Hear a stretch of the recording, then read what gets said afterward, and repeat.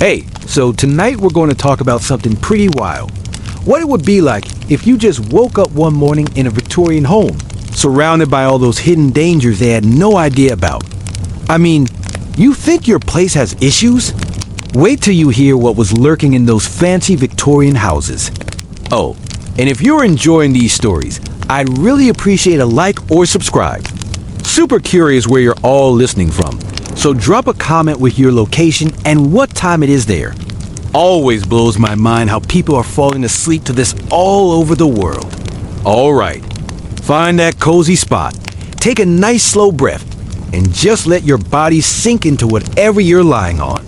We're heading back to 1870s England, and trust me, you're going to be real grateful for that mattress by the time we're done. So, congratulations, you just woke up in a Victorian bedroom. Your eyes flutter open to darkness. Not the gentle darkness of your bedroom at home, with the little blinking lights from electronics, and the soft glow of street lights filtering through the blinds. No, this is proper darkness, heavy and thick. The mattress beneath you isn't the memory foam you're used to. It's lumpy horsehair stuffed in the ticking fabric. The springs, literal metal springs, poke at your back in odd places. You shift a little, trying to get comfortable. That distinctive crinkle and rustle isn't your sheets, it's straw. The Victorians often put straw in their mattresses for extra cushioning. Not exactly memory foam, is it? The air feels different, heavier somehow. There's a smell you can't quite place. Not exactly unpleasant, but unfamiliar. Wood smoke, coal dust, something musty and old. Beeswax candles, linseed oil from furniture polish. Your breath makes little clouds in the frigid morning air. Even the wealthy Victorian homes were freezing in the morning. No central heating here, just fireplaces. And none of them are lit yet. And that's when you hear it. Footsteps, light but purposeful, coming up what sounds like wooden stairs. The soft glow of a candle appears under the door. The door creaks open. A young woman in a plain black dress with a white apron stands there, candle in hand. The housemaid, come to light your fire before you get up. It's how all proper Victorian days begin, if you're fortunate enough to be middle or upper class. Good morning, ma'am, she says with a little curtsy. It's 6. Shall I light your fire? Before you can answer, she's already moving to the fireplace. You watch, fascinated, as she kneels down and begins laying kindling and coal. Within minutes, a small fire is crackling in the grate. Cook says breakfast will be at 8, ma'am. Will you be wanting a bath this morning? A bath? Now that sounds nice. Until you remember that Victorian bathing involves servants hauling buckets of hot water up flights of stairs, pouring them into a metal tub that's been placed in front of the fire, and then standing around while you wash. Not exactly the private experience you're used to. No, thank you, you manage to say. Just some water for washing, please. The maid nods and leaves, returning moments later with a porcelain pitcher and basin. She pours the steaming water into the bowl, places it on the washstand, and then lays out a towel. Will there be anything else, ma'am? No, thank you, that's all. She curtsies again and withdraws, closing the door softly behind her. You throw back the heavy wool blankets and quilts and swing your legs over the side of the bed. The floor is bare wood, cold as ice beneath your feet. No wall-to-wall carpeting here, just scattered rugs that do little to ward off the chill. You make your way to the washstand and peer into the mirror above it. The glass is wavy, giving your reflection a slightly distorted look. You splash some water on your face and reach for what you assume is soap, a hard yellow bar that smells strongly of lye. The fire has taken the edge off the cold, but the room is still chilly. You look around for your clothes and spot them laid out on a chair. Petticoats, corset, dress, way more layers than you're used to. Getting dressed is going to be a project, but first, you need to use the bathroom. You look around. No ensuite here. Just a chamber pot tucked discreetly under the bed. Welcome to Victorian hygiene. You decide to hold it and get dressed first. Maybe there's a proper toilet somewhere in this house. The Victorians did have flush toilets by the 1870s, though they were still something of a novelty. Dressing is a challenge. The corset alone is a puzzle, and you can't possibly lace it properly on your own. You manage to get it on loosely, along with the petticoats, and then struggle into the dress. It's not properly fastened, but it'll have to do for now. You open the bedroom door and step out into a hallway. The walls are covered in richly patterned wallpaper, deep green with gold accents. It's absolutely stunning, with an almost luminous quality to the green. Too bad it's probably full of arsenic. Yeah, that's right. That gorgeous green wallpaper. In Victorian times, they used arsenic to create that vibrant shade of green. Shields green, they called it, or Paris green. And it was everywhere. Wallpaper, curtains, clothing, even children's toys. The Victorians were absolutely obsessed with this particular shade, not realizing they were essentially surrounding themselves with poison. When it got damp or heated, the arsenic would release into the air. People breathing it in would get sick headaches, nausea, even death in extreme cases. But the Victorians had no idea. They just thought the wallpaper was pretty. You make a mental note not to lick the walls, not that you were planning to. You make your way downstairs, one hand on the banister to steady yourself. The stairs are steep and narrow, another hidden danger of Victorian homes. Uneven steps were common, especially in the back stairs used by servants. One misplaced foot, and you could take a nasty tumble. The main staircase, though, is grand and well constructed. The wealthy Victorians spared no expense on the parts of their homes that visitors would see. It's the hidden areas, servant stairs, back rooms where corners were cut. You reach the bottom of the stairs and find yourself in an entrance hall. It's dimly lit with heavy curtains blocking most of the morning light. Gas lamps flicker on the walls, casting an eerie glow, another Victorian innovation that brought both convenience and danger. Gas lighting was a huge improvement over candles, but gas leaks were common and could lead to explosions or asphyxiation. A delicious smell wafts from what you assume is the direction of the kitchen. Bacon, fresh bread, coffee. Your stomach growls. Maybe breakfast will help you make sense of this strange situation. You follow the smell down a hallway, past a formal dining room with a massive table that could seat 12, and into a cozy morning room. A smaller table is set for breakfast with silver dishes keeping food warm over small flames. You almost laugh at the abundance laid out for just one person. Eggs, bacon, sausages, fish, toast, muffins, jam, and a silver pot of what smells like strong coffee. The Victorians did not believe in light breakfast. They considered a hearty morning meal essential for health and energy. You sit down, and a maid immediately appears to serve you. You notice her hands are red and chapped. Working with lye soap, chemical cleaning products, and hot water all day would do that. Household servants face all kinds of occupational hazards. Chemical burns, back injuries from hauling water and coal, respiratory problems from dust and fumes. Would you like tea or coffee, ma'am? She asks. Coffee, please, you reply, watching as she pours a dark liquid into your cup. You take a sip and nearly choke. It's incredibly strong and bitter. Victorian coffee was often adulterated with chicory or even burnt sugar to stretch expensive coffee beans. And the milk, well, let's just say pasteurization wasn't standard practice yet. Speaking of milk, that's another hidden killer of the Victorian home. Milk was often purified with borax, an alkali that neutralized the taste of spoiled milk but did nothing to kill the bacteria that might be lurking in it. Thousands of children died from drinking contaminated milk in the Victorian era. You decide to skip the milk and drink your coffee black. The food at least looks good. You help yourself to some eggs and toast, avoiding the sausages. Victorian food safety standards were, well, non-existent. Really. Food adulteration was common. Bread might contain alum or chalk to make it whiter. Sausages might include all sorts of questionable fillers. Even tea wasn't safe. Sometimes it contained actual iron filings to make it look like higher quality black tea. As you eat, you gaze around the morning room. It's beautifully decorated with floral wallpaper, thankfully not green, comfortable furniture, and knickknacks everywhere. The Victorians loved their stuff.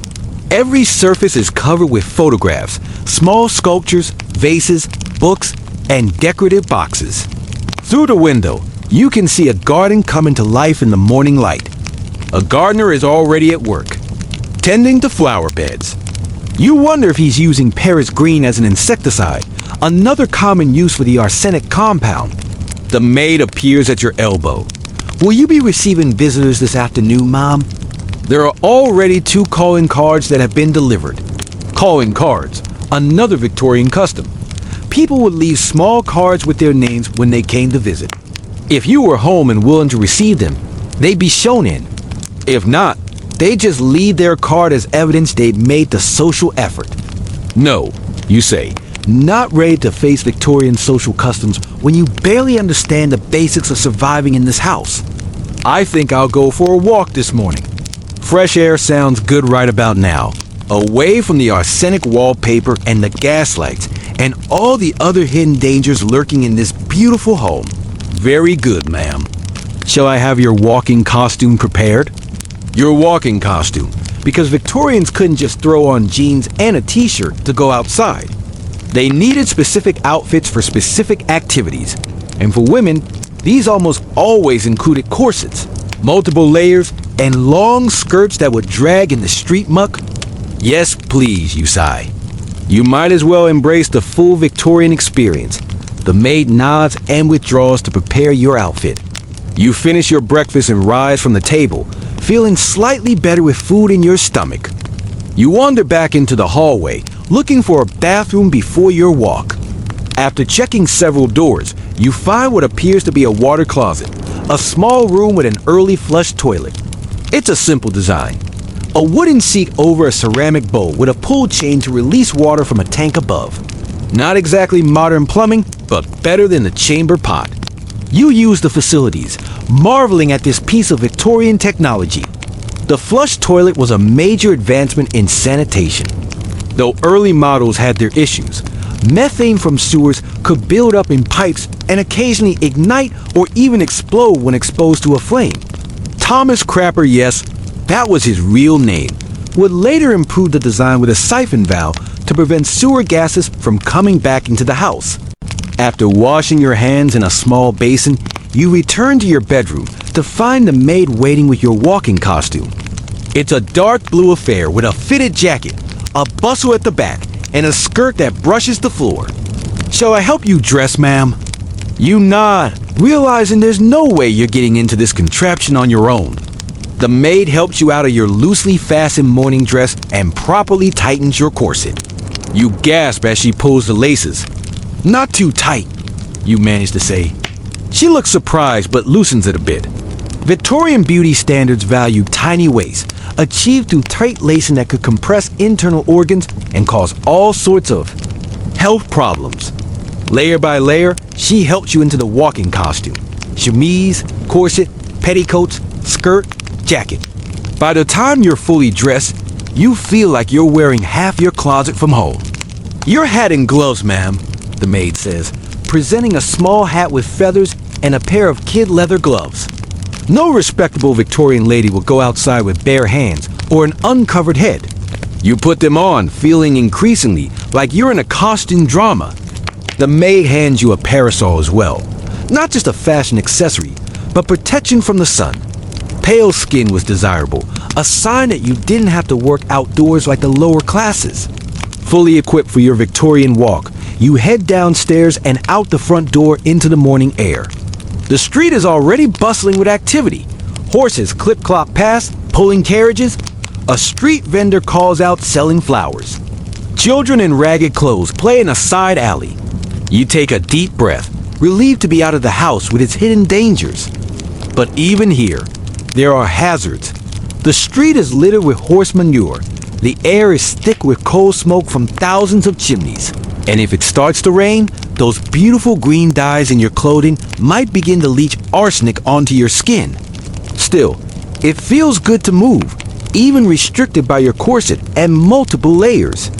You set off down the street, parasol in hand, taking in the sights and sounds of Victorian England. You notice other ladies out for their morning constitutional, nodding politely as they pass. A gentleman tips his hat to you, and you incline your head in response, playing along with the social customs. As you walk, your mind drifts back to all the hidden dangers you've already encountered in just a few hours in a Victorian home. The arsenic wallpaper, the gas lighting, the potentially contaminated food and milk, the steep, uneven stairs. It's a wonder anyone survived, and yet millions did. The Victorians were resilient, adapting to their world just as we adapt to ours. They didn't know about the dangers lurking in their beautiful homes, just as we might be unaware of hazards in our own modern environment that future generations will find shocking.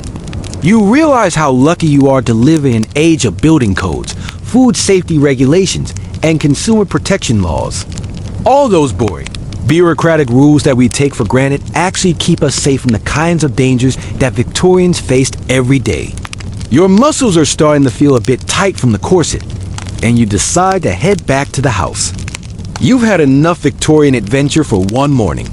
You turn around, watching your step carefully on the uneven cobblestones. Your heavy skirts swish around your ankles as you walk, and you find yourself settling into a rhythm, becoming more comfortable in this strange attire. The grand house comes back into view, its facade impressive with tall windows and ornate detailing. Despite knowing about the hidden killers within, you can't help but admire its beauty. The Victorians certainly knew how to build things to last. As you approach the front steps, you notice something you missed earlier. The boot scraper by the door, an essential tool in an era of muddy, manure-filled streets. You carefully clean your boots before entering one small concession to Victorian propriety. The house feels warmer now that the day has progressed. Fires burn in several rooms, taking the chill from the air. You make your way to what appears to be a drawing room and sink into a plush armchair, grateful to be off your feet. A soft sigh escapes as you settle deeper into the chair. Your muscles gradually relax, the stiffness from the corset becoming less noticeable as you find a comfortable position. The room is quiet, except for the gentle ticking of a clock on the mantelpiece and the occasional crackle from the fireplace. Your breathing naturally slows, finding a peaceful rhythm while you gaze around the elegantly appointed room with its heavy drapes and ornate furniture. The warmth of the drawing room makes your eyelids heavy, but a soft knock at the door interrupts your moment of peace. The maid enters with a silver tray. "Your mail, ma'am," she says, placing several envelopes and a newspaper on the small table beside you, "and Cook would like to know your preferences for dinner this evening." You blink, trying to imagine what a proper Victorian dinner might include. "Whatever Cook recommends will be fine," you reply, taking the safe option. The maid nods and withdraws, leaving you with your correspondence. You pick up the newspaper first, the Times, dated May 1878, so that's when you are. The headlines talk about tensions with Russia, debates in Parliament, and various society events, nothing about time travelers appearing in Victorian homes, thankfully. The envelopes contain invitations to teas, dinner parties, and a charity bazaar. Apparently, your Victorian self is quite the social butterfly. You set them aside, more interested in exploring this house and its hidden dangers. You rise from the chair, feeling the constraint of your corset as you do. The Victorians really did themselves no favors with these torture devices. Restricted breathing, compressed internal organs, deformed ribs, all in the name of a fashionably tiny waist. And that's not even mentioning the damage done by the weight of all these skirts hanging from your compressed waist. No wonder Victorian women were always fainting. And speaking of fashion dangers, many Victorian clothing items were dyed with toxic substances. That vibrant green dress in the wardrobe probably contains arsenic. The beautiful red flowers on that hat likely colored with mercury. Even the makeup on the dressing table, Lee, belladonna, arsenic again beauty was quite literally poisonous in the Victorian era. You wander from the drawing room into what appears to be a library.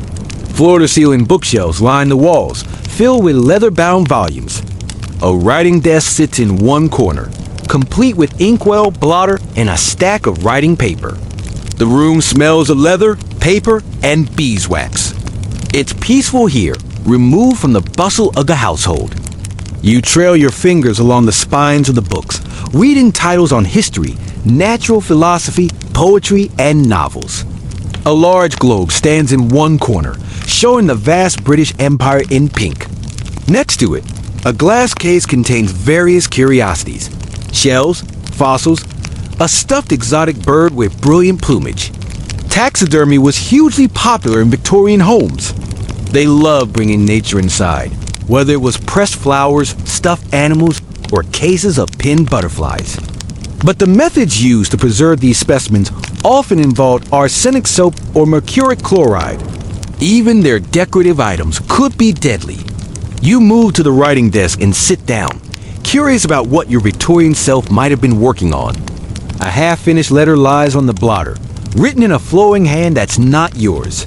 It mentions garden plans and an upcoming visit from someone named Charlotte. The ink is still in liquid form in a small glass well, iron gall ink probably, the standard writing ink of the time. It contains tannic acid, which can be corrosive enough to eventually eat through paper. Not immediately dangerous to you, but worth noting as another everyday item with hazardous properties. A soft chiming from a clock on the mantelpiece tells you it's now noon. The house seems to have come fully alive while you were reading. You can hear movement downstairs, the staff preparing lunch perhaps. You rise and continue your exploration, moving into the hallway and toward the back of the house. The kitchen would be interesting to see, but you're not sure if it would be proper for the lady of the house to intrude on the cook's domain. Victorian homes operated on strict hierarchies, with everyone knowing their place.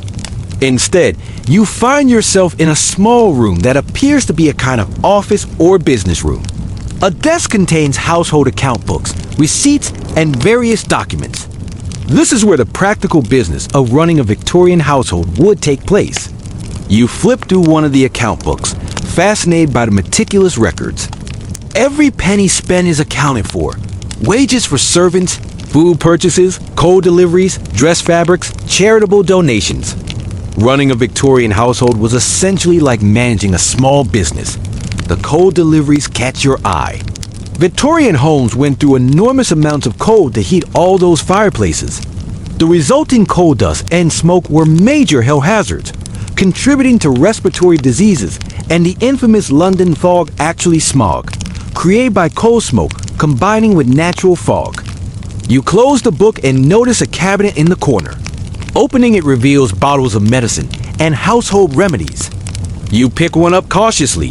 Mrs. Winslow's Soothing Syrup. The label reads, "For children teething."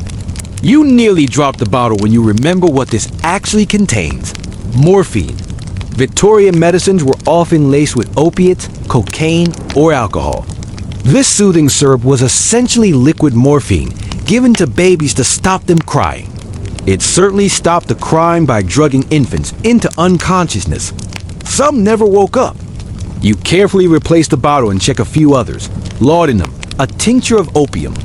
Arsenic pills advertised as a complexion improver. Something called female pills that promises to cure obstructions and irregularities peculiar to the female form. The Victorian medicine cabinet was a veritable poison cabinet by modern standards, and these were legitimate, commercially sold products, not some back alley concoctions. It's a wonder anyone survived their treatments. A soft knock at the door interrupts your snooping. It's the maid again. "Luncheon is served in the morning room, ma'am," she says. You thank her and make your way back to the cozy room where you had breakfast. A light meal has been laid out. Cold meats, bread, cheese, and fruit. Simple by Victorian standards, which is fine by you. You eat cautiously, still wary of food safety. The bread seems fresh at least, and the fruit has been carefully washed and peeled. You decide to risk the cheese, but avoid the meat, better safe than sorry. After lunch, you're not sure what to do with yourself. What did Victorian ladies do with their afternoons? You remember reading that social calls were often made between 3 and 5 p.m. Perhaps you're expected somewhere, but no, the maid would have reminded you if you had engagements. You decide to explore upstairs, curious about the rest of the house. The staircase creaks slightly under your weight as you ascend. Victorian construction was generally solid, but not perfect. At least this main staircase is well built, unlike the narrow, steep servant stairs that cause countless accidents. The upper floor contains several more bedrooms, a nursery empty. Does your Victorian self have no children? And what appears to be a sewing room. You peek into each, noting the decor and potential hazards. The nursery is particularly interesting. It's cheerful, with alphabet blocks and wooden toys scattered about, but you notice a painted rocking horse in the corner. Its bright red and green paint likely contains lead. Lead paint was standard for children's toys, furniture, and room decorations. Children would chew on their toys or crib rails, ingesting the sweet-tasting lead and suffering neurological damage as a result. Next to the rocking horse sits a beautiful doll with a porcelain head and fabric body. Its rosy cheeks are probably painted with lead or mercury-based pigments. Even the fabric might be dyed with toxic chemicals. You leave the nursery, feeling a new appreciation for modern toy safety regulations. The sewing room contains a table with a hand-crank Singer sewing machine, a relatively new innovation for home use in this period. Beside it are baskets of fabric, spools of thread, and various sewing notions. You run your hand over a piece of emerald green fabric, then jerk it away, remembering the arsenic dyes. Better not to touch anything too colorful. A dressmaker's dummy stands in. The corner, its waist impossibly small.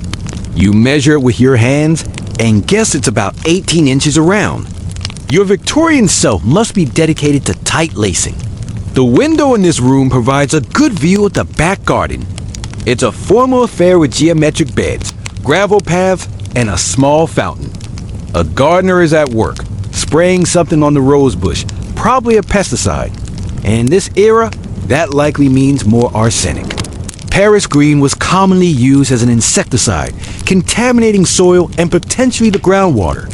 You turn away from the window, feeling slightly overwhelmed by all these hidden dangers.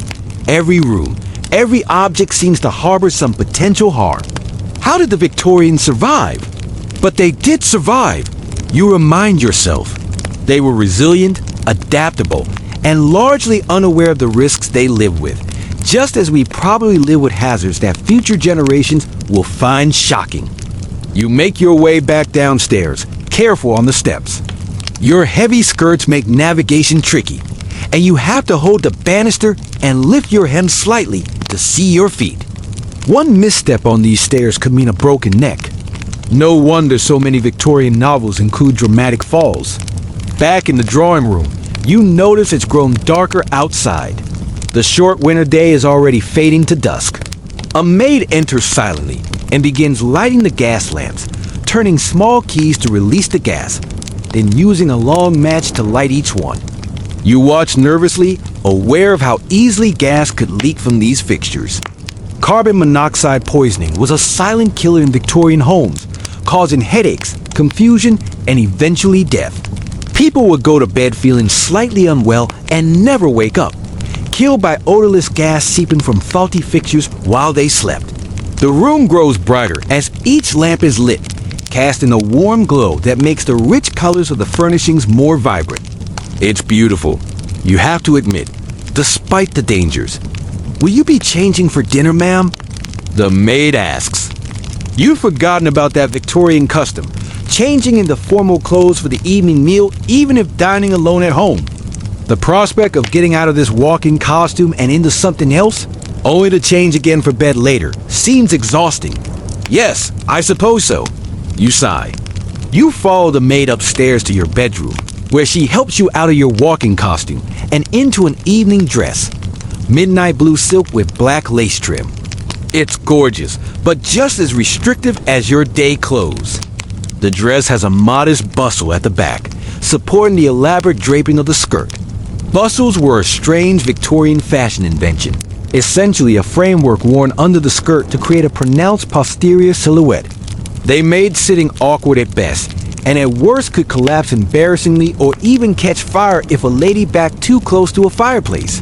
Properly attired for dinner, you make your way back downstairs. The dining room is now set for one, with crystal, silver, and fine china laid out with mathematical precision. Multiple forks, spoons, and knives flank each side of the plate. Victorian dining etiquette was complex, with specific utensils for every conceivable food item. A footman stands ready to serve you, his expression carefully neutral. You sit down and he places a napkin in your lap before serving the first course, a clear soup in a delicate china bowl. You eat carefully, conscious of being watched and judged on your table manners. Each course is small but exquisitely prepared. Soup, fish, meat, game, vegetables, pudding, cheese, fruit. It's excessive for one person, and you can only manage a few bites of each offering. The footman serves you a small glass of sweet wine with dessert. You sip it cautiously, aware that Victorian wine might contain all sorts of additives, lead to sweeten it or other stranger ingredients to improve color or clarity. By the time the meal concludes, you're exhausted from maintaining proper posture and navigating the complex meal service. Victorian formality is wearing, even when dining alone. Will you take coffee in the drawing room, Mom? The footman asks. Yes, thank you, you reply. Rising from the table, back in the drawing room, you sink into an armchair near the fire. The day has grown cold as night falls and the warmth is welcome. You notice a decanter of brandy on a side table and briefly consider a nightcap, but decide against it. Victorian spirits were often adulterated with harmful substances to increase profits. A maid brings coffee on a silver tray, setting it on a table within your reach before withdrawing silently. The coffee is strong and bitter, but the warmth is comforting. You gaze into the fire, contemplating everything you've learned about the hidden dangers of Victorian life. It's been less than a day, and you've already identified dozens of potential hazards, from arsenic wallpaper to lead paint, from gas lighting to toxic medicines, from dangerous staircases to contaminated food. And yet, there's a certain charm to this world as well. The attention to detail and craftsmanship, the formality that lends significance to daily activities, the clear boundaries and expectations. It's alien to your modern sensibilities, but you can see why people of this era found comfort in their ordered existence. The clock chimes 8, still early by your standards, but in Victorian times, especially during winter, people often retired early to conserve expensive candles and lamp oil. You finish your coffee and stand, stretching discreetly within the confines of your corset. Your back aches from the unfamiliar posture constraints, and you long to be free of all these layers. The house has grown quiet. You can hear the servants moving about downstairs, finishing their evening duties. Soon they'll bank the fires for the night and retire to their own quarters, typically located on the top floor or in the basement. You make your way upstairs to your bedroom, holding your skirts carefully to avoid tripping. The gas lamps in the hallway have been turned down to a soft glow, just enough to see by. Your bedroom feels welcoming now, the fire still burning cheerfully in the grate. The maid has turned down the bed, laying out a nightgown on the coverlid. You reach behind you, trying to unfasten your dress, but the buttons are impossible to reach. You'll need help undressing, just as you needed help dressing. Victorian women of means were not expected to be able to dress themselves, another aspect of their dependency. You ring the bell pulled beside the bed, and within moments, the maid appears. She helps you out of your evening dress, unlaces your corset blessed relief, and assists you into the nightgown, a long white cotton garment with lace trim and tiny pearl buttons up the front. Will there be anything else, ma'am? She asks. No, thank you, you reply. Good night. She curtsies and withdraws, taking your discarded clothing with her to be brushed and aired for tomorrow. Alone at last, you exhale deeply, feeling your ribs expand fully for the first time all day. The nightgown is surprisingly comfortable, the cotton soft against your skin after the stiff formality of your day clothes. You climb into the high bed, sinking into the slightly lumpy mattress. The sheets are clean but coarser than you're used to. The pillows are filled with feathers that poke through the fabric occasionally. The fire has burned low, casting a gentle flickering light across the room. No electric light switch by the bed here. Once the fire dies, you'll be in darkness until morning. You settle deeper into the bed, pulling the heavy quilts up around you. Despite all the hidden dangers you've discovered, you feel strangely at peace. Your body relaxes into the unfamiliar mattress, finding comfort in its firm support. The soft crackling of the dying fire creates a soothing rhythm that matches your slowing breath. Your muscles gradually release the tension from a day of navigating Victorian life, sinking heavier into the bedding as warmth envelops you. You yawn, stretching slightly under the weight of the quilts, feeling your eyes growing heavier as you watch the shadows dance across the ceiling. A loud bang from somewhere downstairs jolts you awake. Your heart races as you try to orient yourself. The fire has died down to embers, casting just enough light to remind you where you are, still trapped in this Victorian house with all its hidden dangers. You strain your ears, listening for any other sounds.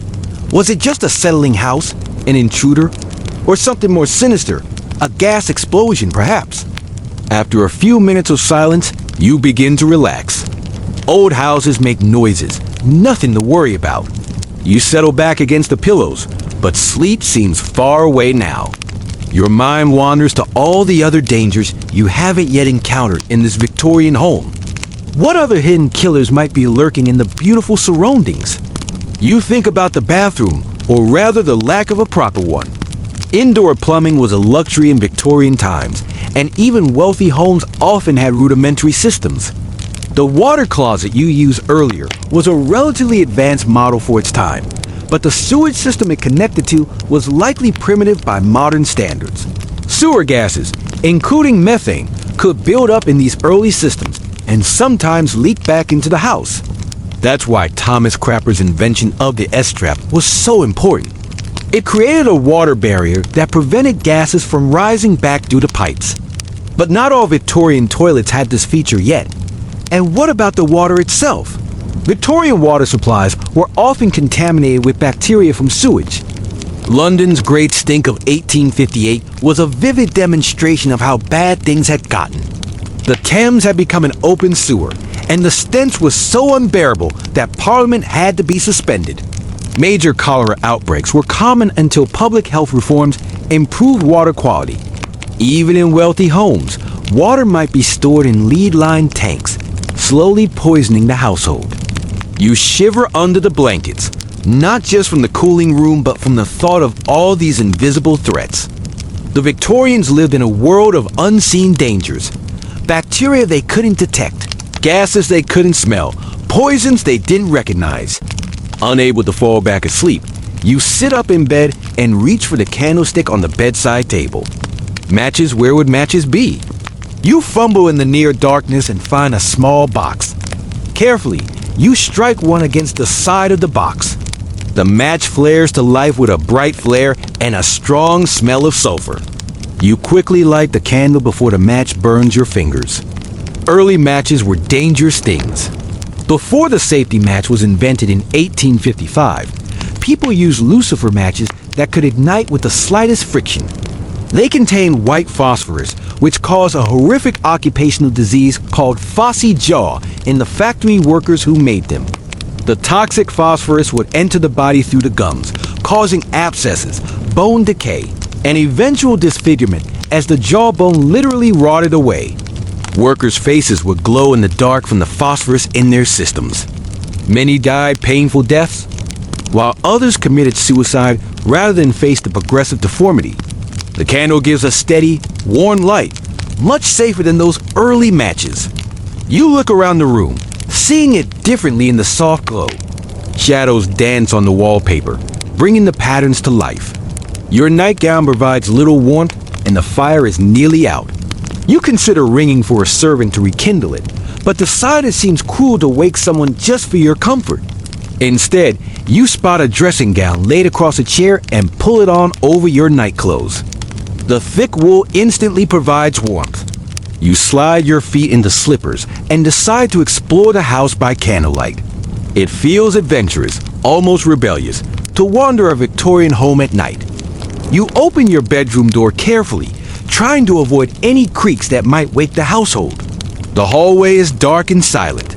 You lift your candle higher, watching the shadows retreat from its light. The grand staircase looks different at night, more imposing, almost threatening. You descend slowly, one hand holding the candle, the other clutching the banister. The steps seem steeper in the dim light, and you're acutely aware of how easily you could fall. Household accidents were a leading cause of death in Victorian times, and stairs were particularly dangerous. You reach the bottom safely and pause, considering which way to go. The drawing room holds little interest now. You've already explored it thoroughly. Instead, you turn toward the back of the house, curious about the kitchen and service areas you haven't yet seen. A long corridor leads past the dining room toward what must be the servants' domain. You follow it, your slippers silent on the wooden floor. The house feels larger at night, the shadows concealing its true dimensions. You reach a baize door, the traditional barrier between the family areas and the servants' quarters. It's covered in green fabric to muffle sounds from the kitchen and to create a clear boundary between the two worlds of the Victorian house. You push it open gently and step into a different realm. The air is cooler here, the decor much plainer. No expensive wallpaper or ornate moldings, just simple painted walls and functional furnishings. A large kitchen opens up before you. By daylight, it would be a busy, steamy place full of activity. Now it's quiet and still, but signs of the day's work remain.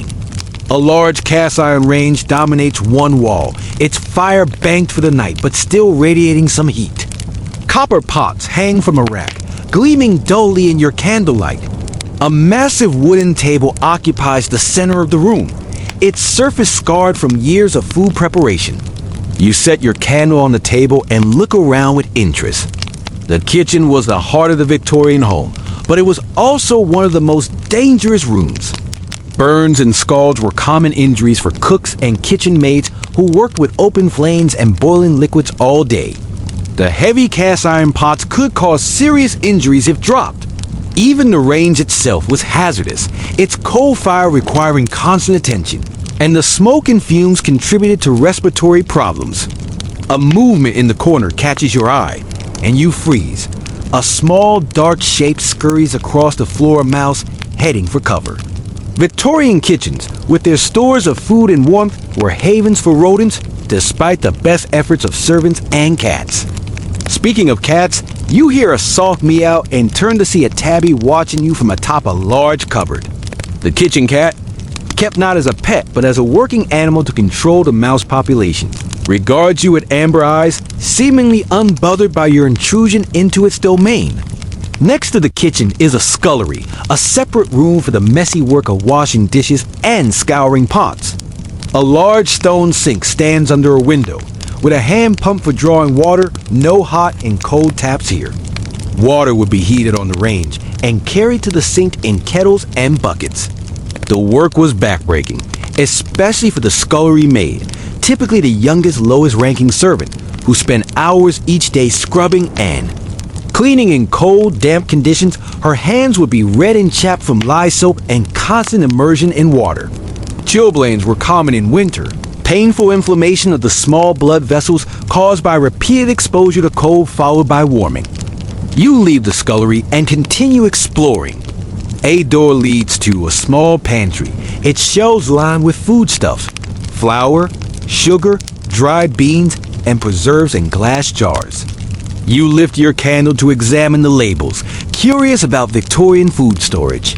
One jar contains pickled vegetables, a common preservation method before refrigeration, but the metal lid gives you pause. It's likely sealed with lead solder, which could leach into the food and cause chronic lead poisoning. The symptoms fatigue, irritability, abdominal pain would often go unrecognized or be attributed to other causes. Another shelf holds bottles of sauce and condiments, including the popular Worcestershire sauce. The original recipe contained anchovies fermented in brine, creating a distinctive savory flavor that Victorians love. But without modern refrigeration and preservatives, these condiments could harbor dangerous bacteria, especially once open. You back out of the pantry, suddenly less interested in Victorian cuisine. Your candle is burning low, and you should return upstairs before you're discovered wandering where the lady of the house has no business being. As you turn to leave, another door catches your attention, likely leading to the cellar.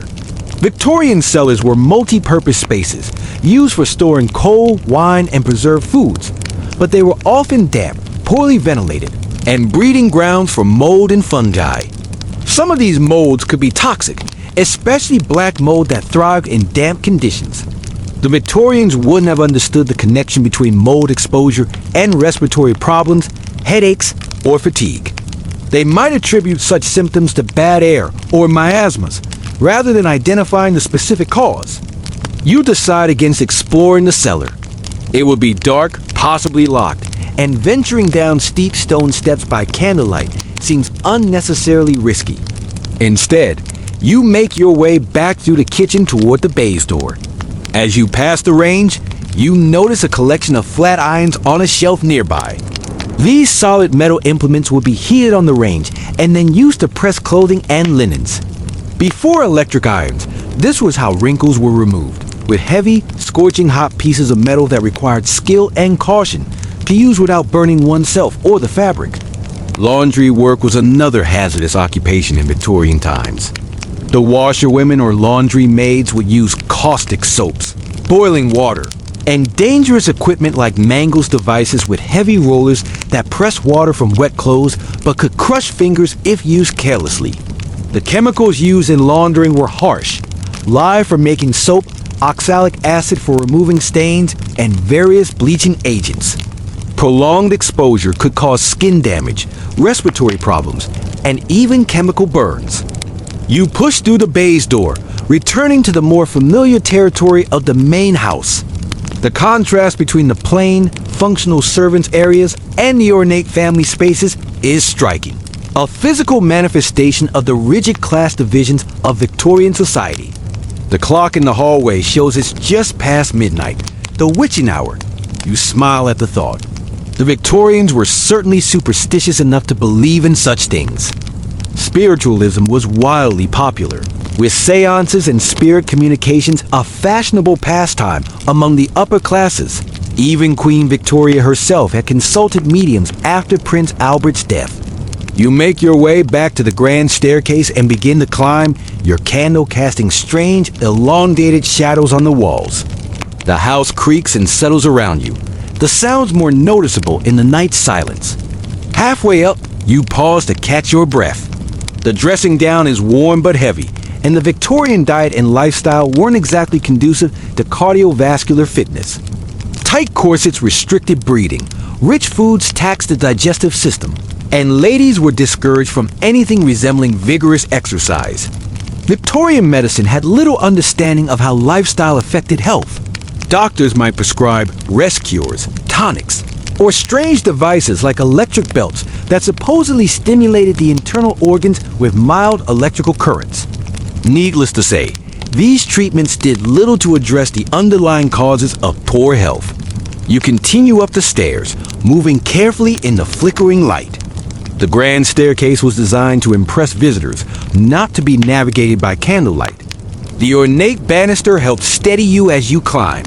At the top, you turn toward your bedroom, ready to return to the questionable comfort of the Victorian bed, but a sound stops you. A soft whimpering from another room. Curious, you follow the noise down the hallway. It leads you to the nursery you explored earlier. The door is ajar, and you push it open slowly, lifting your candle to see inside. A small figure sits up in a child's bed. Tears glistening on round cheeks, a little girl of perhaps 5 or 6 years, with long dark hair and a simple nightgown. She looks up as you enter, eyes widening at the sight of you. "Mama," she says hesitantly. So your Victorian self has a child after all. You hadn't seen her during the day, perhaps she was visiting relatives, or at lessons with a governess. "I had a bad dream," she says, her voice small in the dark room.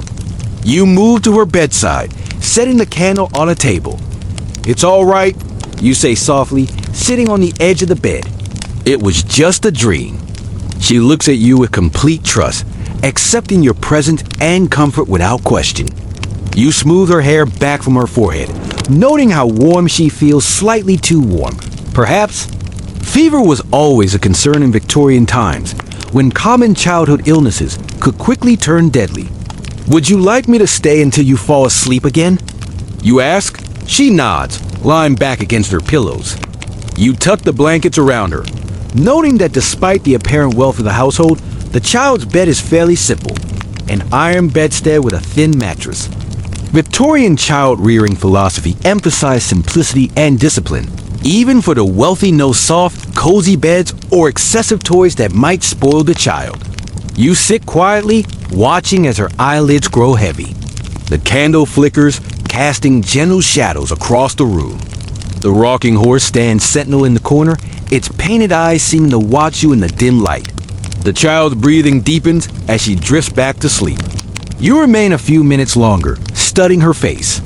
She looks peaceful now, untroubled by bad dreams or thoughts of the many dangers surrounding her in this beautiful, treacherous Victorian home. How many hazards does this child face each day without knowing it? The lead paint on her toys, the potentially contaminated milk she drinks, the medicines laced with opiates that might be given to her for the slightest complaint, the diseases that Victorian medicine has no real treatment for: diphtheria, scarlet fever, measles, whooping cough. Child mortality was heartbreakingly high in Victorian times, even in wealthy families like this one. Children die from diseases and accidents that would be preventable today. Parents live with the constant fear of losing their little ones, which perhaps explains some of the emotional distance that seems strange to modern sensibilities. The child stirs slightly in her sleep, her small hand finding yours in the darkness. You hold it gently, feeling a surge of protectiveness toward this unknown child who believes you're her mother. Her hand is soft and warm in yours, her pulse beating steadily beneath paper-thin skin.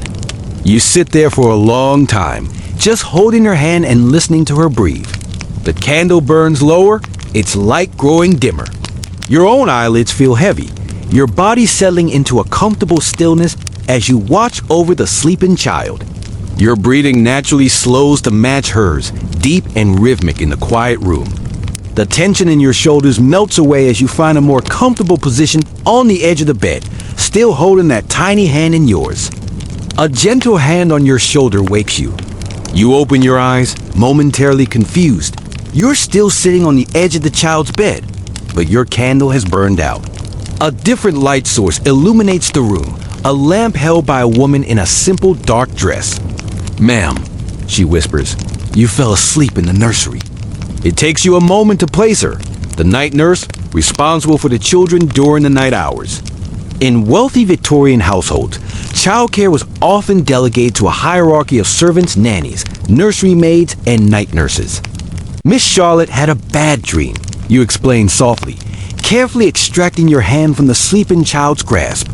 The nurse nods, setting her lamp down. "She often does, ma'am. I'll stay with her now." You rise stiffly from the bed, your back aching from the awkward position. The nurse watches you with a carefully neutral expression, but you can sense her curiosity. It was unusual for a Victorian mother of your apparent social standing to personally comfort a child at night. That was what servants were for. You make your way back to your own bedroom, navigating the dark hallway by memory and the faint glow of moonlight through occasional windows. Your candle is long gone, and you have no matches to light another. The house is utterly silent now, the only sound your soft footsteps on the carpet runner. You reach your bedroom and slip inside, grateful to find the embers in the fireplace still providing a faint red glow to see by. The bed looks inviting after your uncomfortable doze in the nursery. You shed the heavy dressing gown and climb under the covers, sinking into the mattress with a sigh of relief. As you lie there, waiting for sleep to reclaim you, your mind drifts back to the child, Charlotte. What kind of life would she have in this beautiful, dangerous Victorian world? What expectations and limitations would shape her future? For a girl of her apparent social class, education would be limited and focused on accomplishments rather than intellectual development, music, drawing, perhaps French or Italian, needlework skills designed to make her an attractive marriage prospect, not to develop her mind or prepare her for independence. Her world would grow increasingly constrained as she matured. The relative freedom of childhood would give way to the rigid expectations of Victorian girlhood and womanhood. Her body would be disciplined with corsets and restrictive clothing. Her behavior would be policed according to strict social codes. and her health would face numerous threats beyond the everyday dangers of the Victorian home. Puberty would bring the additional hazard of childbearing in an era before antibiotics or safe cesarean sections. Maternal mortality was high, even among the wealthy. Women died from hemorrhage, infection, and eclampsia conditions that are treatable today but were often fatal in Victorian times. You turn onto your side, pulling the blankets higher against the chill. The fire has almost died now, leaving the room in near darkness. Your thoughts continue to circle, unable to settle. Even if Charlotte survived to adulthood and the potential dangers of childbirth, she would face other health risks unique to Victorian women. The fashionable tight lacing of corsets could cause internal organ damage and breathing difficulties. The heavy skirts dragging on polluted streets would bring filth into the home. The restrictive clothing would discourage exercise and contribute to poor overall health. And then there were the psychological constraints. Victorian women of the middle and upper classes were confined to a separate sphere, the domestic realm. They were considered morally superior, but intellectually inferior to men, too delicate for education or professional ambitions, yet somehow strong enough for the demands of running a household and bearing numerous children. The result was often what Victorian doctors called hysteria, a catch-all diagnosis for women's physical and mental health complaints that we now recognize as depression, anxiety, and legitimate physical ailments were common in Victorian times. The treatments were sometimes as harmful as the conditions themselves, from rest cures that involved complete isolation to surgical interventions like female castration, removal of the ovaries. You shiver not entirely from the cold. The past was indeed a foreign country, with different values, different knowledge, and different dangers. For all the aesthetic appeal of Victorian design and the romanticized vision of Victorian family life, the reality was far harsher than most modern people realize. Your thoughts are interrupted by a strange smell, something acrid and chemical. You sit up, suddenly alert. Fire was a constant danger in Victorian homes, with their open flames, gas lighting, and lack of fire safety standards. You sniff again, trying to identify the odor. It's not quite smoke, but something equally concerning. Could it be gas? A leaking gas pipe would fill a room with odorless, deadly carbon monoxide. But the gas itself often had additives that gave it a distinctive smell. You climb out of bed, heart racing, and follow your nose. The smell seems to be coming from the hallway. You open your door cautiously and peer out. A faint light comes from the end of the corridor. Someone is awake in another room. You wrap your dressing gown around you again and move toward the light, still trying to identify the troubling smell. It leads you to a small room you hadn't noticed before, a private bathroom, more advanced than you would have expected for this period. Inside, a man stands at a sink, mixing something in a glass vessel. He's middle-aged, with a beard and dressing gown, concentrating intently on his task. He looks up, startled at your appearance. "My dear, you should be asleep," he says. "Your Victorian husband, you presume." He seems unalarmed by the chemical smell that brought you here. "What are you doing?" you ask, eyeing the array of bottles and powders on the countertop. "Just mixing my sleeping draft," he explains. "The doctor says it's perfectly safe, but the smell is rather unpleasant, I know." You step closer, examining the ingredients with growing concern. You recognize laudanum, a tincture of opium, and what appears to be chloral hydrate, an early sedative.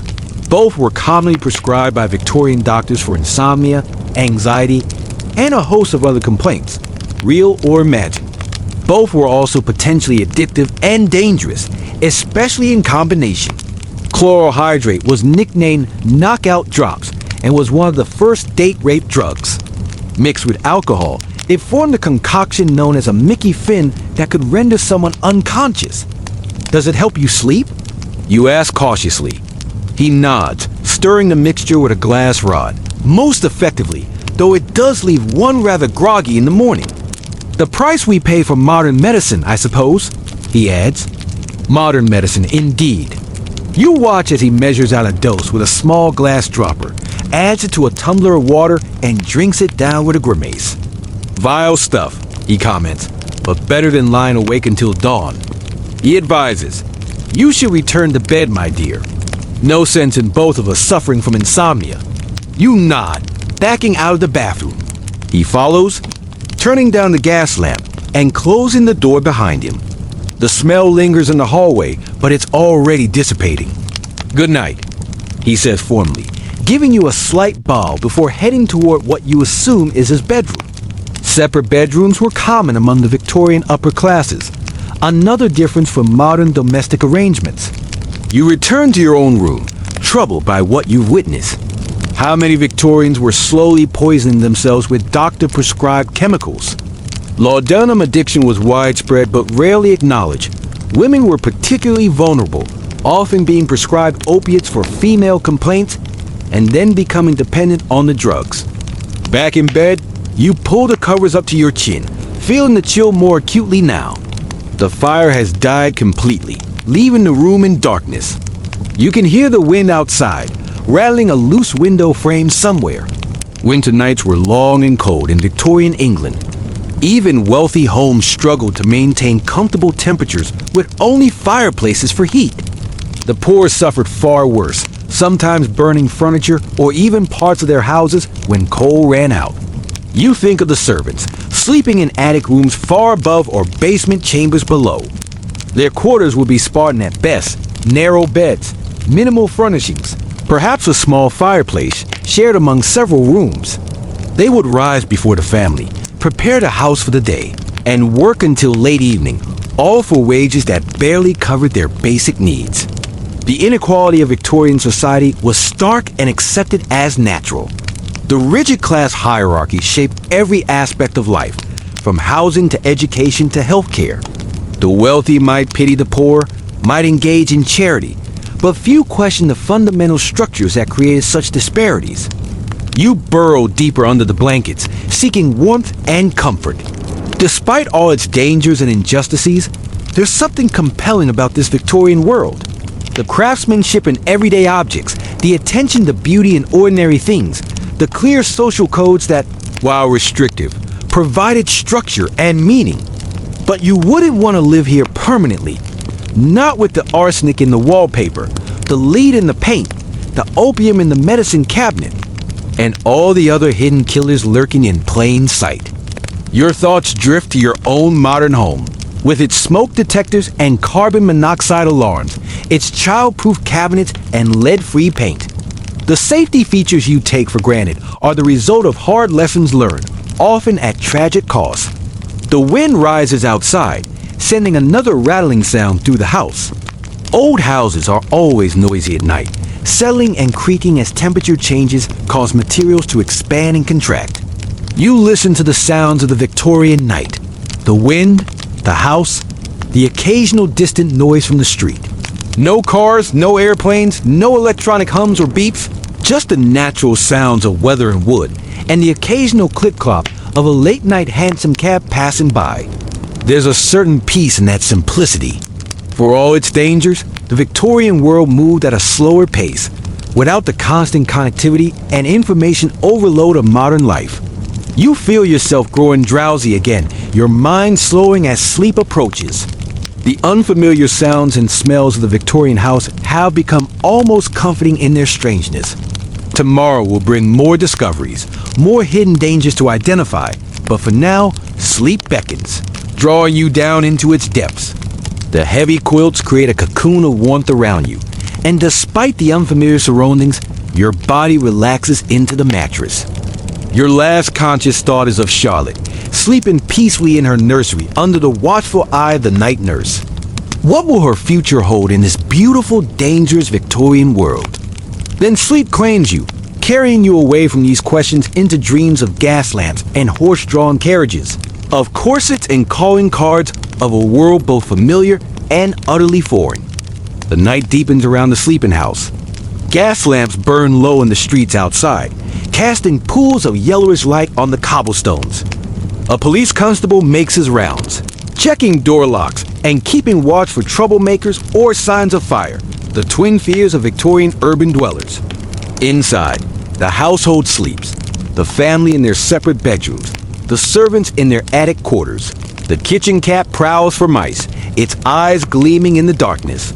The fires have all died down to embers or gone out entirely, allowing the winter chill to creep back into the rooms. By morning, the servants will be up before dawn, rekindling fires, heating water, preparing for another day in this elegant, dangerous Victorian home. The rhythms of the household will resume. Breakfast, morning calls, luncheon, afternoon visits, dinner. The routines that structure Victorian life will unfold again, predictable and proper. But for now, all is still and silent. The hidden killers sleep too, waiting patiently in the wallpaper, the medicine cabinet, the gas fixtures, and 100 other places throughout the house.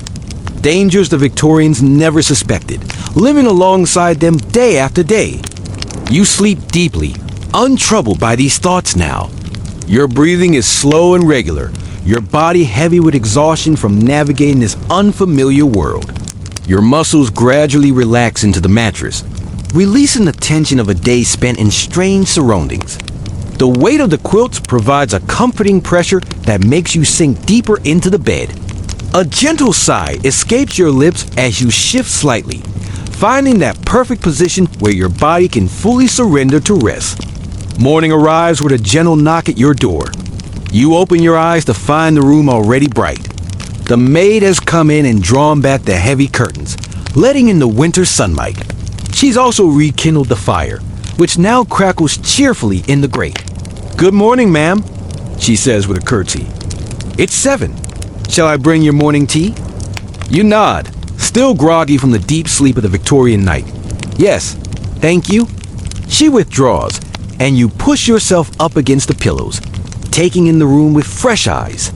In daylight, the Victorian bedroom reveals new details. The fine craftsmanship of the furniture, the subtle patterns in the wallpaper, the small decorative objects arranged on surfaces. Beauty was important to the Victorians, who filled their homes with ornate handcrafted items. The maid returns promptly with a silver tray bearing a teapot, cup and saucer, and a small plate of thin toast. She sets it on a table near the bed and pours you a cup of steaming tea. "Will you be wanting a bath this morning, ma'am?" she asks. You consider this. A Victorian bath would involve servants hauling multiple buckets of hot water up from the kitchen, filling a portable tub in front of the fire. It would be a production, requiring significant effort from the household staff. "No, thank you," you reply. "Just washing water will be fine." She nods and leaves to fetch it, returning shortly with the same porcelain pitcher and basin from yesterday. The routine of Victorian morning ablutions begins again. Washing with a cloth at the basin rather than showering. Cleaning your teeth with a boar bristle brush and tooth powder rather than modern toothpaste. You sip the strong tea between these activities, finding comfort in its warmth and familiar taste. Tea, at least, hasn't changed much since Victorian times, though the lid that might have been in the solder of the teapot is something you prefer not to think about. The toast is dry and plain. Victorians didn't typically butter their breakfast toast, considering it too heavy for the morning meal. It's a small cultural difference that highlights how even our eating habits have evolved over time. As you finish your simple breakfast, your mind turns to the coming day. What new dangers will you discover in this beautiful, treacherous Victorian home? What other hidden killers might be lurking behind the elegant facade? The maid returns to help you dress. Today, you choose a simpler morning dress from the wardrobe, still requiring a corset, unfortunately, but with fewer layers and trimmings than yesterday's walking costume. You're starting to understand why Victorian women change clothes multiple times a day. Each outfit was designed for specific activities and times, and none were particularly comfortable for extended wear. Properly attired for the morning, you make your way downstairs. The house is more active today. You can hear voices from various rooms, footsteps on the stairs, the clatter of dishes from the direction of the kitchen. In the morning room, you find Charlotte having her breakfast under the supervision of a stern-looking woman in a black dress, the nanny. Presumably, the child's face lights up when she sees you. "Good morning, Mama," she says politely. "Good morning, Charlotte," you reply, sitting down at the table. The nanny gives you a respectful nod. Miss Charlotte has finished her lessons for this morning. Ma'am, shall I take her for her walk in the park now? Or would you prefer she remain at home? Before you can answer, a maid enters with a small silver tray bearing a calling card. Mrs. Henderson has called, ma'am, she announces. She says it's regarding the charity bazaar next week. The constant interruptions and formalities of Victorian life are beginning to make sense to you now. Each interaction follows prescribed rules. Each activity has its proper time and place. The rigid structure might seem stifling to modern sensibilities, but it provided a framework that made the complexities of Victorian social life navigable. Please tell Mrs. Henderson, I'll be with her shortly. You tell the maid, then to the nanny. Yes, take Charlotte for her walk. The fresh air will do her good. Fresh air was one thing the Victorians got right. Despite not understanding germ theory until late in the period, they intuitively valued ventilation and outdoor activity, particularly for children. Regular walks, regardless of weather, were considered essential for health. The nanny helped Charlotte put on her coat, hat, and gloves. The child looks like a miniature adult in her formal outdoor attire, constrained by layers of clothing and strict behavioral expectations. Be good for Nanny, you tell her, giving her a quick kiss on the cheek, a moment of maternal affection that seems to surprise both the child and. Below is the full script rewritten in short 1.5 to 2-line paragraphs, with added punctuation where needed, while preserving the exact wording and maintaining the narrative flow and tone. The full script is included as requested. The nanny, perhaps. Your Victorian self is not usually so demonstrative. After they leave, you prepare to meet Mrs. Henderson. Social calls were a crucial part of Victorian middle and upper class life, especially for women. They allow for the exchange of information, the maintenance of social connections, and the organization of charitable activities, one of the few areas where women could exercise public influence. You enter the drawing room to find a plump, middle-aged woman in an elaborate visiting dress waiting for you. She rises as you enter, extending her hand. "My dear Mrs. Wallace," she exclaims, "how well you look today. I've come about the flower arrangements for the bazaar. I know we agreed on chrysanthemums, but Mrs. Peyton is using those for her stall, and it simply won't do to have duplications." You nod as if this makes perfect sense, though the details of the charity bazaar are a mystery to you. What do you suggest instead? You ask, taking a seat across from her. Mrs. Henderson launches into a detailed discussion of seasonal flower availability, cost considerations, and the symbolic meanings of various blooms. The Victorians attached significant symbolism to flowers, using them to communicate messages that couldn't be spoken directly in their constrained social environment. As she talks, you notice a slight headache beginning behind your eyes. The air in the drawing room feels stuffy despite the high ceilings. You glance at the wallpaper, a floral pattern in shades of blue and cream. Not green, thankfully, so probably not containing arsenic. But who knows what other chemicals might be present in the dyes? And the gas lamps, though not lit during daylight, could be leaking small amounts of gas into the room. Carbon monoxide poisoning often began with headaches and fatigue before progressing to more serious symptoms. You rise and move to a window, opening it slightly under the pretext of checking the weather. Perhaps roses would be suitable. You suggest breathing in the fresher air from outside. They're always popular. Mrs. Henderson nods enthusiastically. White roses would be lovely. They symbolize purity and innocence, most appropriate for a charitable cause. She adds, and we could add some ivy for fidelity and friendship. The Victorians' love of symbolic meanings extended beyond flowers, all aspects of their decorative arts. Colors, patterns, motifs all carried messages that were understood by those fluent in the visual language of the time. Even mourning jewelry, containing locks of hair from the deceased, communicated specific sentiments depending on how the hair was arranged. Your conversation with Mrs. Henderson continues for the better part of an hour, covering not just the charity bazaar, but local gossip, mutual acquaintances, and various social events. Throughout, you maintain the polite, somewhat reserved demeanor expected of a Victorian lady while gathering valuable information about your supposed life here. When she finally takes her leave, you feel mentally exhausted from the effort of navigating unfamiliar social waters. The formal visiting rituals, the coded language, the careful maintenance of propriety all require constant attention and self-monitoring. You return to the window, opening it wider to dispel the lingering stuffiness. Outside, the winter day is bright but cold. People pass by on the street, ladies in fashionable walking costumes, gentlemen in top hats, servants on errands, children with hoops and sticks. Horse-drawn carriages and carts create a steady background noise of wheels and hoofbeats on cobblestones. The Victorian city was a sensory assault, noisy, smelly, visually chaotic. Without modern zoning laws, residential areas often intermingle with commercial and even industrial zones. A fine house like this one might stand next to a shop or workshop, sharing walls with businesses that produce noise, odor, and pollutants.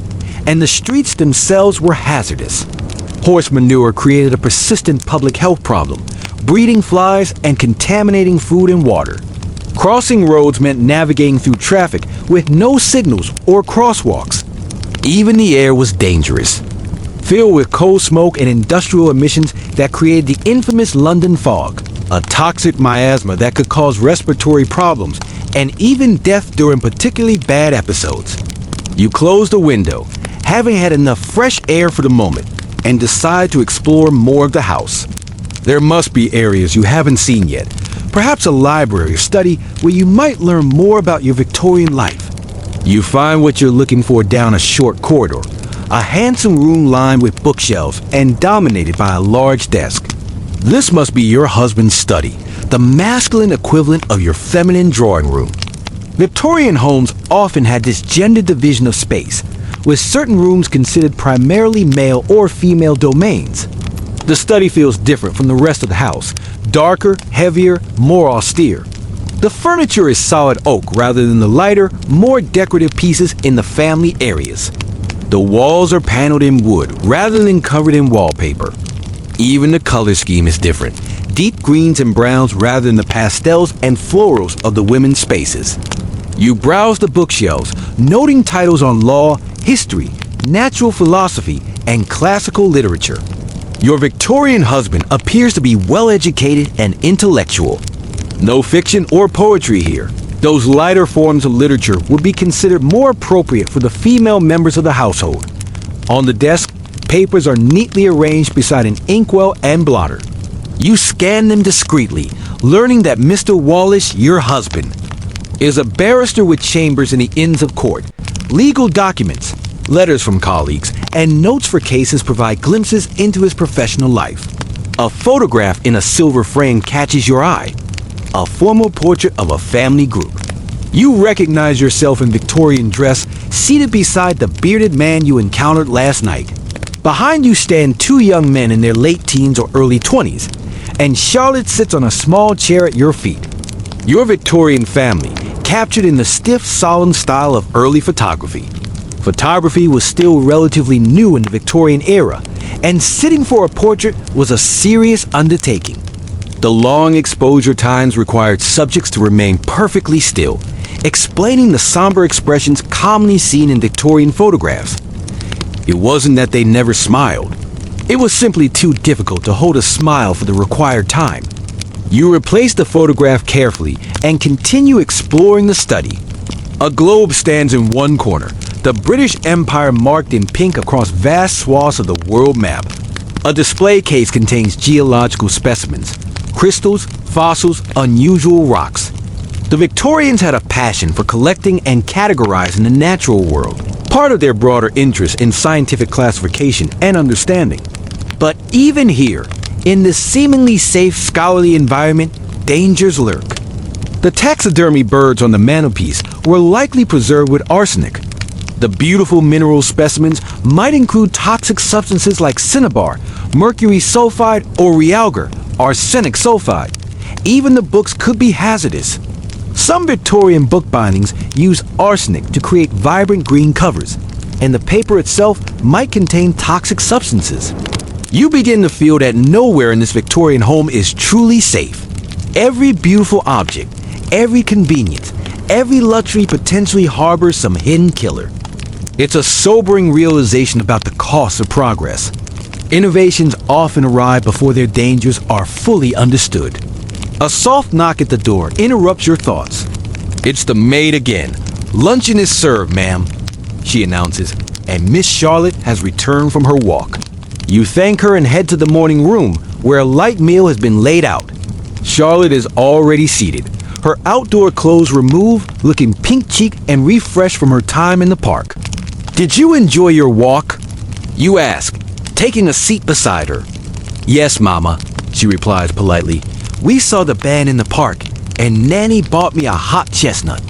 Street vendors selling hot chestnuts were a common sight in Victorian winters, providing welcome warmth for both hands and stomach on cold days. It was one of the small pleasures available even to the less affluent classes, a momentary respite from the harsh realities of Victorian urban life. Lunch is a simple affair by Victorian standards: cold meats, bread, cheese, and fruit. Charlotte eats daintily, clearly well-trained in proper table manners. Victorian children of the middle and upper classes were expected to behave like miniature adults, particularly at mealtimes. As you eat, you study Charlotte more carefully. She appears healthy and well cared for, if somewhat subdued by modern standards. Victorian child-rearing emphasized obedience, restraint, and proper behavior rather than emotional expression or individuality. "What lessons did you have this morning?" you ask, genuinely curious about Victorian education for girls. "Scripture and French, Mama," she replies, "and I practiced my scales on the pianoforte." A typical education for a girl of her class focused on moral instruction, basic academic subjects, and the accomplishments that would make her an attractive marriage prospect in the future. The goal was not to develop her intellect or prepare her for independence, but to mold her into a proper Victorian lady who would make a suitable wife and mother. After lunch, you spend a quiet hour with Charlotte in the drawing room. She shows you her needlework, a sampler she's stitching with the alphabet and a moral verse. Her small fingers work the needle confidently, though you notice she squints slightly at the fine stitches. Victorian children often develop vision problems from detailed handwork in poor lighting.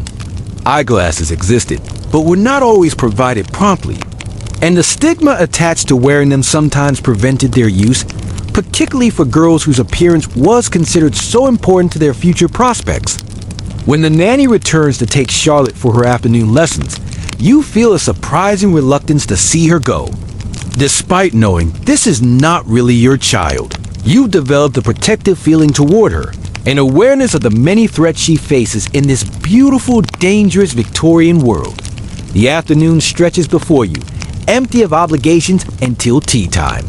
You decide to write a letter, a quintessentially Victorian activity that filled many leisure hours for women of your class.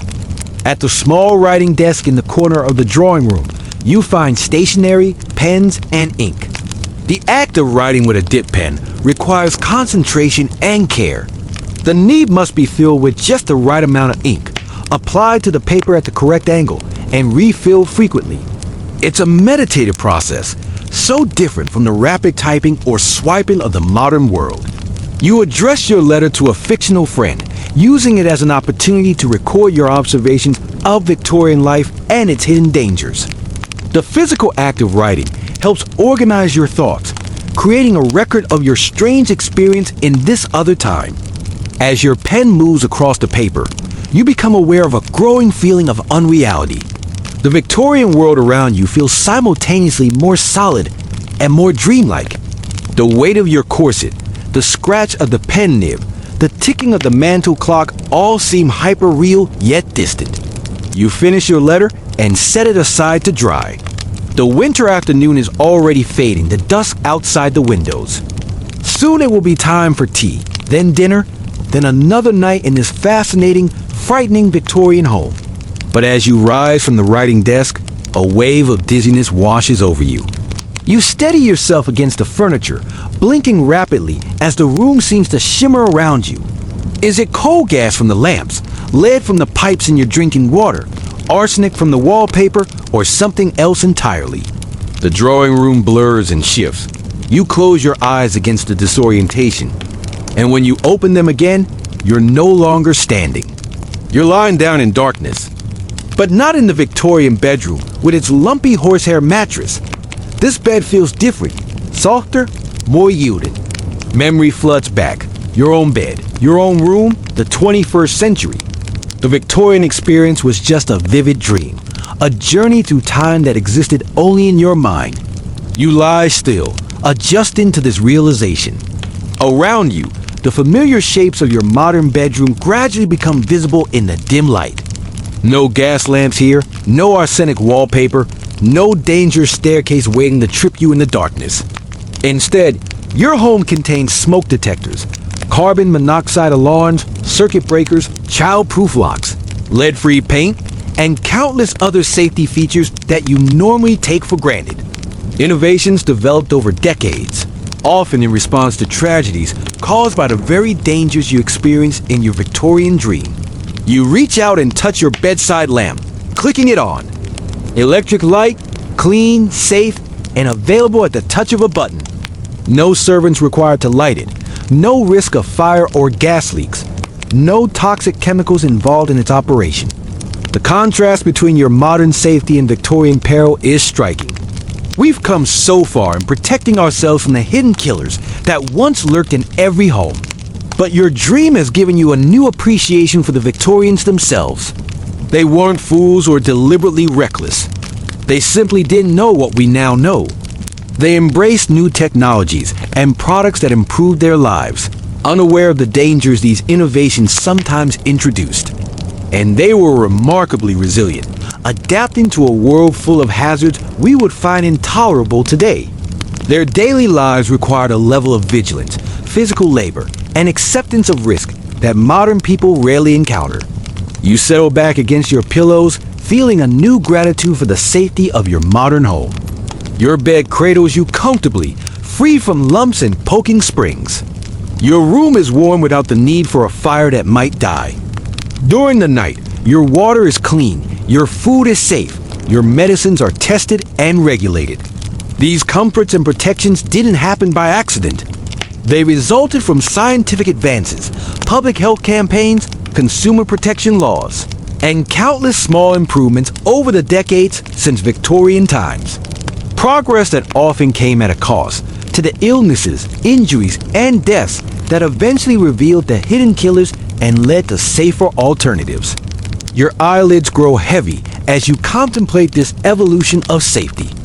The comfortable weight of your blankets presses you gently into the mattress. Your modern bedroom, with all its technological conveniences, wraps around you like a protective cocoon. You yawn, feeling sleep approaching again, but this time there's no anxiety about what dangers might lurk in the darkness. No worry about gas leaks or arsenic dust or structural hazards. Just the peaceful certainty of modern safety standards and building codes. Your breathing slows, becoming deeper and more regular. Your muscles relax one by one, releasing the last tensions of the day. First, your feet and legs grow heavy, then your hips and torso sink deeper into the mattress. Your shoulders drop, your neck relaxes, and your head settles perfectly into the pillow. The quiet hum of your home's heating system creates a soothing white noise in the background, so different from the irregular creaks and ticks of a Victorian house at night. Your breathing falls into rhythm with this gentle sound, slow and steady. Your mind drifts, no longer filled with thoughts of hidden killers and Victorian dangers. Instead, peaceful images float through your consciousness. Charlotte's smile, the warmth of the drawing room fire, the beauty of the ornate Victorian furnishings without their dangerous components. Your eyelids flutter and then remain closed, too heavy to lift. Sleep beckons, drawing you down into its depths, but unlike in your Victorian dream, there's no anxiety here. No need to remain vigilant against unseen threats. You can surrender completely to rest, protected by the invisible shield of modern safety standards. As you drift deeper towards sleep, you carry with you a new appreciation for both the beautiful craftsmanship of the Victorian era and the safety innovations that followed it. The best of both worlds. the aesthetic richness of the past, and the health protections of the present. Your breathing becomes even slower and deeper. Your body feels wonderfully heavy, sinking into the mattress as becoming one with it. All remaining tension melts away, leaving only peaceful relaxation. Your mind grows quieter, thoughts becoming fewer and more distant. The border between wakefulness and sleep grows blurry, indistinct. You hover in that delicious in-between state, where reality softens and dreams begin to form at the edges of consciousness. And then you cross over, sliding gently into sleep. No Victorian dangers follow you there, only the peaceful knowledge that when you wake, you'll be in your safe modern home, protected from the hidden killers that once lurked in even the most beautiful Victorian houses. Sleep deepens, carrying you further from consciousness. Your breath is slow and steady, your body completely at rest. Dreams might come, perhaps of Charlotte in a world without arsenic wallpaper and lead paint, or Victorian beauty without its deadly components. But they will be just dreams, not the semi-real immersion of your earlier experience. And in the morning, you'll wake refreshed, with a new perspective on both historical dangers and modern safety.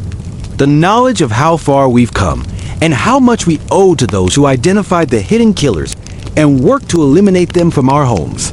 But for now, you sleep deeply, peacefully, safely, drifting in the perfect darkness of true rest. Cocooned in the invisible protections of modern life, your breathing slows to its sleeping rhythm. Your mind quiets completely, and sleep, true sleep, claims you entirely.